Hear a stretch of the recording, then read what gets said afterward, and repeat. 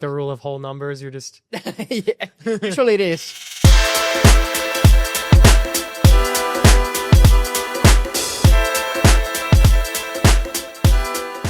If you're looking for business mentorship, I have a place where you can get feedback on your unique personal development and business growth challenges.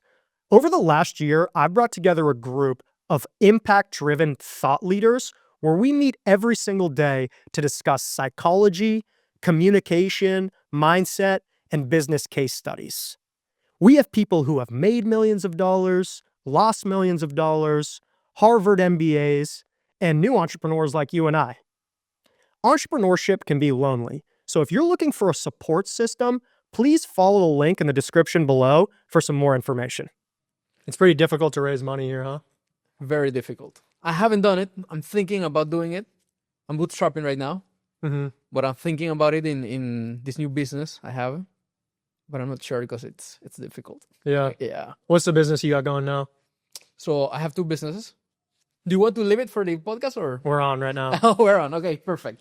Okay, I have two businesses. One is like my media company. I call it JHG Media. That's all about content on my personal brand. And we have coaching, we have several courses on how to get better on your finances, put them in order, and how to start investing for the future. And the second business is sort of a Nerd Wallet. Nerd Wallet? Yeah. What's that? No, it's a place where you can compare different financial products all in one place. Total transparency for the average Panamanian person, so they can compare credit cards, personal loans, different credit products, so you can have all that in one place, making it easier for the person to get it instead of going to every bank to get a loan or a credit card. You have it all in one place. How do you get a loan? Is it difficult to get a loan in Panama as a U.S. expat? As a U.S. expat, I'm not sure about it. I think it's not as hard as you might think. If you have the capital, they'll give you the loan. I'm curious how they collateralize the assets like in the U.S. I'm not sure about it. I've had many clients, but not many expats. How'd you get into this business? I was passionate about finance. When I was 18, I didn't watch on YouTube like things for entertainment. I used to watch content on finance. Like I used to watch videos comparing credit cards in the United States. Oh, like shit. I did that for fun. So I was like, I wish someone in Panama did that. Then COVID hit, 2020. I was in prison at home. I only had classes, university for a couple hours, and the rest of the day I didn't have anything to do. So I was like, okay, I want to be a YouTuber. So if I do not do it right now that I'm here, I will never do it. But what content could I do? Okay, I like finance. There is no one my age talking about finance for young people here in Panama and Latin America. So I'll do it myself. So everything I liked about finance, comparing credit cards, comparing financial products, talking about investing in the stock market, I started doing content on that in 2020. And since then, it's been a whole ride. What's that ride been like? Lots of ups and downs, like good moments, people that recognize me on the streets. It's very funny. When I go to Starbucks near here, the baristas, they recognize me. They take out their wallets and tell me, hey, I have this credit card because of you. No way. Yeah, so that's on the good side. On the bad side, it's difficult. Panama and Central America doesn't have a lot of financial education, so it's hard getting to the people for them to want to learn about these things. It's been kind of difficult. Lots of barriers to doing that. And you have all the regulations, what you can say, what you cannot say.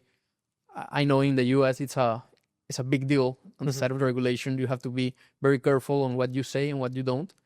Here in Panama, it's a little bit more flexible, and I know many of the regulators, so I have personal contact with them. They tell me, okay, you can do this, you cannot do this. It's been playing well since then. What was the process of starting to garner that audience or that engagement in the early days and starting to build that credibility with an audience? Extremely suffering. It was painful doing it, extremely slow.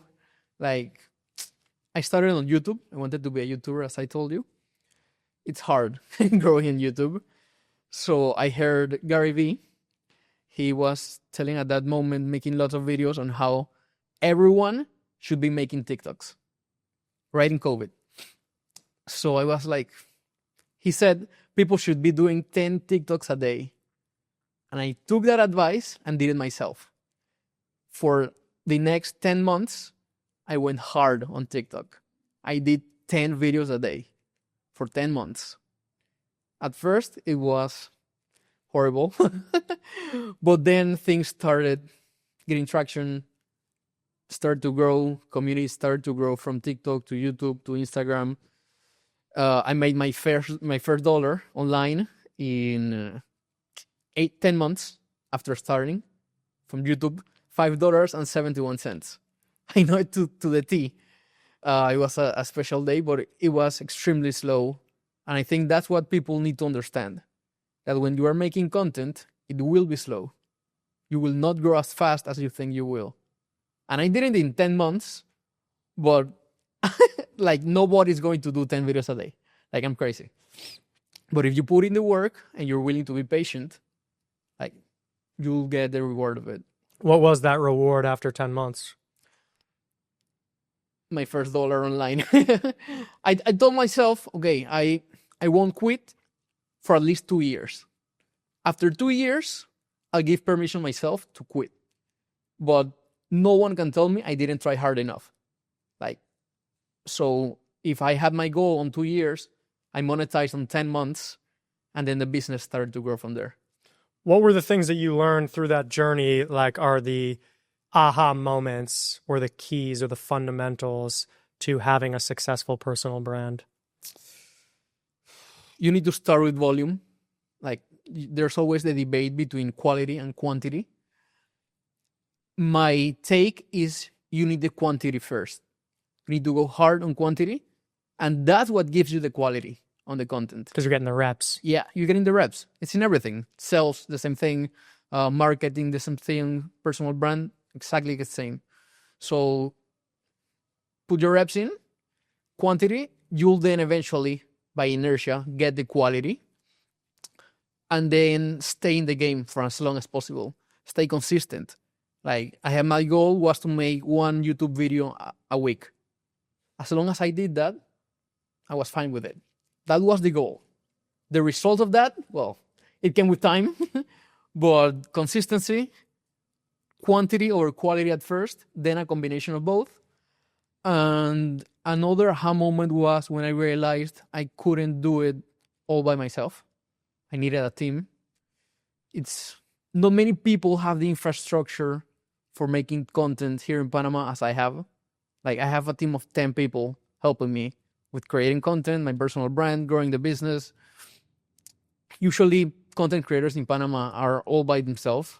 I think that's the difference between just being a content creator and making content creation a business. Having a team of people helping you out, doing the podcast. You could not do a podcast by yourself. No chance. No chance. So having all these people has allowed me to make the business as big as it is. Who were those key team players, and what are their profiles? What are their responsibilities that you're delegating? So, like, the main ones, my producer / editor, he's the one I share my most of the time. He's the one that helps me record all the content. He's the one editing all the videos. So I have a close relationship with him. Also, my content manager is the one in charge of every post, every publication, every caption, the brainstorming, that the content calendar is all adjusted.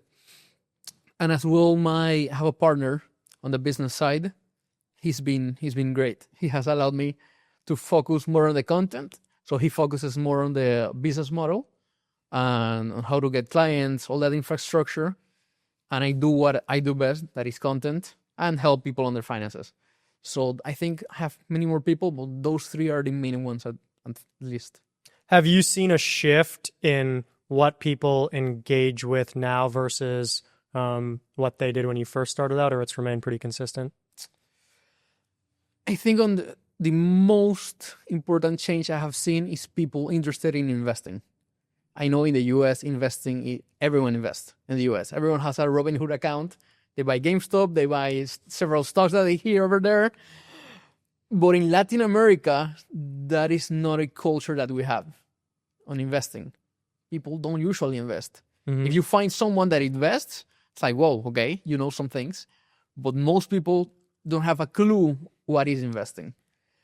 I think since I have started from 2020 to now, the level of conscience is bigger on investing, on how important it is regarding inflation. Like it's inflation in Latin America, not so much in Panama because we have the dollar, but Colombia, Argentina, Venezuela, like you now see the importance of investing if you want to beat inflation because the cost of living is going up. Even if you don't invest, so you might as well do it. Yeah, and you're just losing money on your dollar as it sits there if you're not. Yeah. And if you have dollars, like in Panama. Oh, right. But if you have pesos. Even worse. Even worse. What are you recommending, or what is your framework as a fundamental investment plan for someone who is just getting started in a Latin American country? Index funds, index investing is the easiest way. You have Are you using U.S. indexes? Yeah, U.S. indexes mainly. You could go total stock market or emerging markets, but usually U.S. is the easiest one. Like if you have Warren Buffett, the best investor of all time, saying that most people should invest only in indexes and they'll be just fine and they'll probably beat most of stock picking investors, why wouldn't you do it? Mm-hmm. He's the best investor of all time, telling you exactly what to do. Why would you do anything different? Yeah. Unless you have a background of finance, on investing, you work in Wall Street, okay, you have some advantage. So, okay, fine, go stock picking. But if you are just the regular guy in Latin America, you're just starting to learn what is investing, go index fund investing, and it's the easiest way to go with it. For a lot of people, it's just boring. They'd rather put it all on red at the casino. Yeah, that's the other thing. You need to understand it is boring. It is. Like, I do this for a living, and I know it is boring. But boring is what gets you the results you want. What kind of indexes, like, are just like S&P funds or? S&P, the easiest way. Is it the one everyone talks about? And then certainly there's a reason to it. Because people do it. So go with it, and that's it. So obviously here in Panama, being on the US dollar, it's easier to have access to US like indexes. Is that a problem in other countries in Latin America, investing on those? More or less. To this point, there are several platforms that let you invest in other currencies.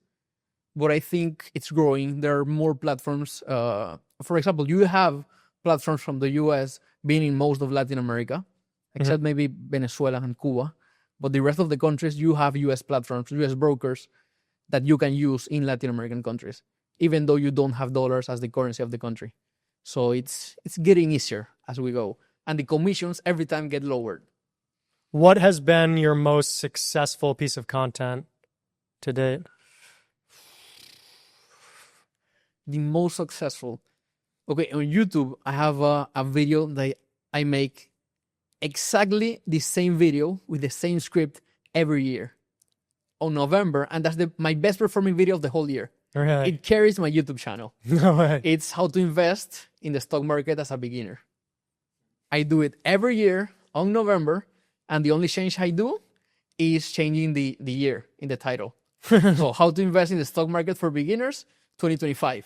And this November, I'll do it the same with 2026. No way. It performs great. What would you say is like kind of the fundamentals that you're seeing to getting a video to, maybe go viral or fostering that engagement? What are the keys? You always take great importance in the hook. That's the main part. The attention of the people, you need to grab it as soon as you want, as soon as you can.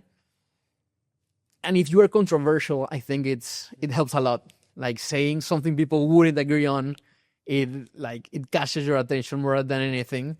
Or if you have a negative hook, instead of saying this is how you invest, you tell people you'll lose a lot of money if you don't invest like this. I think it helps a lot. And making people watch the whole video, like learn how much watch time you should have on videos per platform. Like on YouTube, usually you go for 6 to 12 minutes.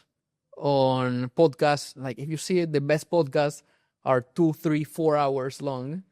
It's crazy to have a podcast for 4 hours, but but Joe Rogan does it, so it should work. On TikTok, they should be less time, like 5 to 10 seconds, maybe 20. So learn that, and that helps a lot. But I think that the hook, being controversial, a negative hook, and knowing how much watch time you should aim for in each platform.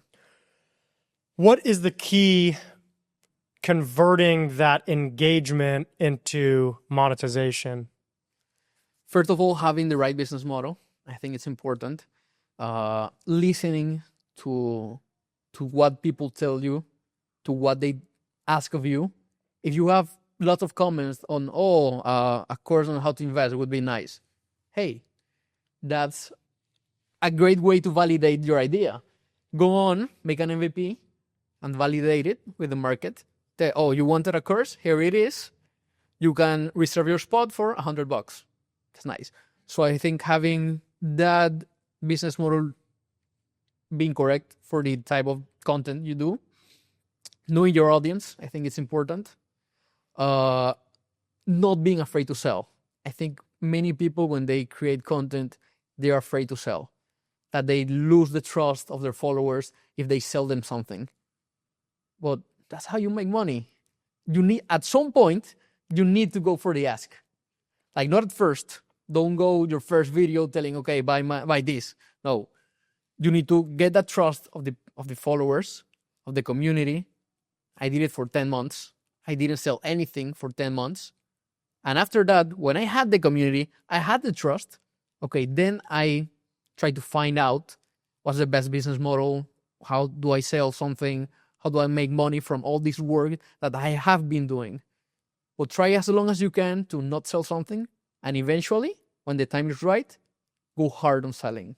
What's your biggest stream of income? Is it courses? Right now, yeah, it is courses.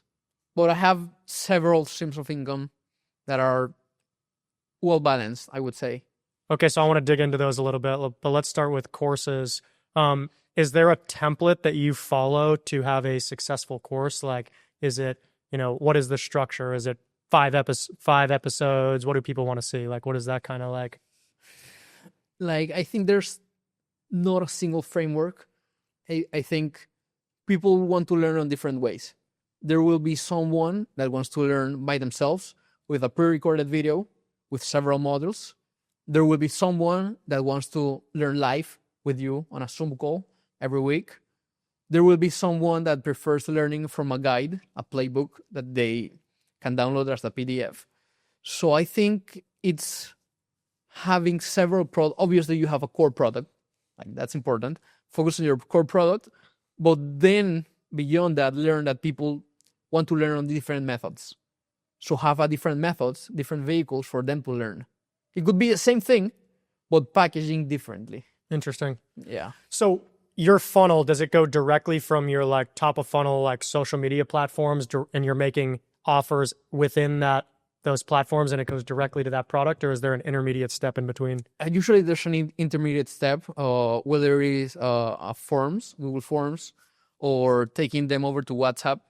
Like conversion rate on WhatsApp is usually bigger than if you do it directly on Instagram or other social media platforms. So I usually try to take them to conversation whether it's in the DMs or in WhatsApp, or if it is a high ticket product, taking it over to a Zoom call or a sales call and close it on the sales call. But those are usually the main methods. I try to don't sell directly in the content, and we do webinars as well. So how are you bringing them into those channels like WhatsApp or the DMs or a Zoom call? Or is it going from your top of funnel, you have a video and you're saying like, check out my new course, like link in bio, and then that goes to, or DM me at this with this code? Usually that, DM me this or comment this, and I'll see how can I help you. And once I get them to comment something, I have the automatization. So we start a conversation from there. Usually the conversation starts with automatization, but then we have people responding the messages, like more personalized. And from that conversation, we usually see, okay, this person doesn't have the budget for a high ticket product, so we'll offer him a pre-recorded course or a free guide that we have. So capital in Panama is not as big as in the US. So there's many people with low incomes, and we try to help them as well. We have lots of many resources, totally free for them to have to learn to better manage their finances. So we give them that to those people, the ones that we see that have some capital to start on their own.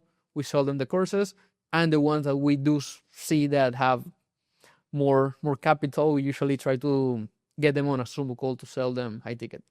What are you seeing as like kind of the sweet spots for prices within the Latin market for each of these different products, like for a course versus a PDF, for instance? For a low ticket product, usually between $9 and $47, I think is a sweet spot. I would say $27, $29 is a sweet spot. For medium ticket products, I would say $297. $297? Yeah. And for high Is that like the rule of whole numbers? You're just yeah, usually it is. better than 300? Yeah. And for high tickets, I would say $997. Between 1,000 and 2,000. Okay, so what does that high ticket look like? How many hours of content are they getting, or what are they getting from that? Usually on hours of content, it would be 5 to 6 pre-recorded courses, and then you have the coaching calls groups, and usually I give one-on-ones between that, so you can have a more personalized attention, and other bonuses as well. Several master classes already recorded, some guides as well, workbooks, and all of that. So what does the cadence typically look like as they progress through that course on that high ticket item? Is it 1 1 hour video and then 1 call per week, or how does that look? It's usually one-on-one meeting at the beginning.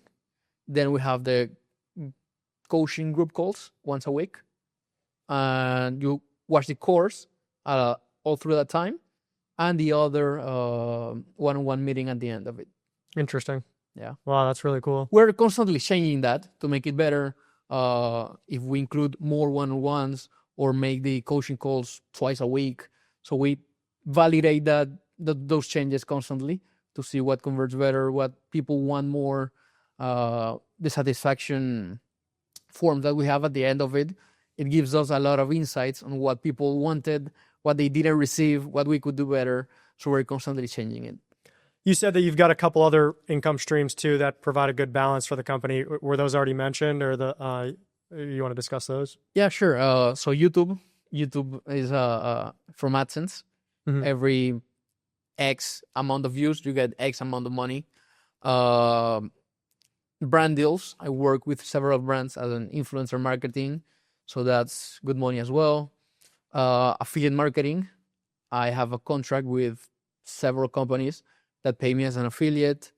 What else? What's the difference between a brand deal and an affiliate deal? Good question. So brand deals is usually you make a TikTok, a YouTube video, and stories on Instagram. I'll pay you this amount of money. Mm-hmm. It's like direct. The affiliate marketing is usually like performance-based, based on how many people convert, how many people buy their product, how many people open an account on an investing platform, how many clicks, how many leads do you get the company. So it varies a little bit more. The brand deals are more direct. How do you keep that customer loyalty if somebody comes through one of these affiliate deals? They come through your channel, but now they're now introduced to the brand. How do you keep that revenue going as they continue buying from the company? Is it just through like a discount that they're getting only through you? Yeah, they're getting a discount through me. They have the upside on getting the lead, the affiliate company that I work with. But I also get them as a lead. Like if I help them getting them to the appropriate platform to invest, now they trust me, so they can buy my course on it. Yeah, that makes sense. Yeah. What do you think is the single biggest thing that you have learned through this journey that you're doing now that you weren't doing in the beginning? That's a good question. I think the importance of having a good team. Like when I started, I was doing it all by myself. I was doing well. I made good money. Then I hit a plateau. That told me, okay, I think now I have to get people to help me. I was very bad at it, at recruiting, at hiring, a lot of bad hires that I made. So I think I would say the importance of hire slow, fire fast. I think it's one of the big lessons I've learned from the past that has helped me a lot. When you see someone in your team that is not performing well and they've been doing it consistently, you need to fire them as fast as you can. And when you hire someone, do it slow. Take your time. Don't hire anyone, because training someone to win your business takes time. Yeah. So you might as well take your time to hire the right person that you think will be a good fit in your company. That's great advice. To backpedal a little bit, and I had a question that I forgot before, but when you're getting these brand deals and affiliate deals, are you typically the one approaching the brands and setting up those deals, or are they approaching you? Since that is not my main focus in the business, usually they are the ones who come to me. On rare occasions, I've been the one reaching out. I only do it if there's a company like I really want them to sponsor me. For example, now I'm doing cycling and running. I would like so much for Under Armour to sponsor me.